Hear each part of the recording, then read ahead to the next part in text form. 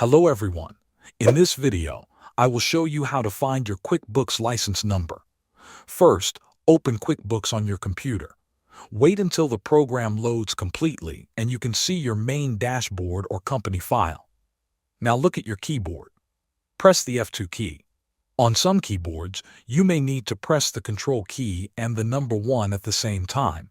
Both options open the same information window inside QuickBooks. Once you press F2, a window will appear on your screen. This window is called the Product Information window. It contains important details about your QuickBooks installation.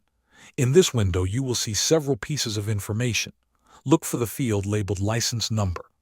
This is the number that identifies your QuickBooks license. You will also see the product number and the version and release of QuickBooks that you are currently using. If you need to provide your license details to support or during installation, you can copy the license number from this window or write it down. Sometimes you may not be able to open QuickBooks. This can happen if the program is not working or has been removed from your computer. In that case, there is another way to find the license information. Go to your computer and open the Program Data folder. Then open the Common Files folder, followed by the Intuit folder, and then the QuickBooks folder.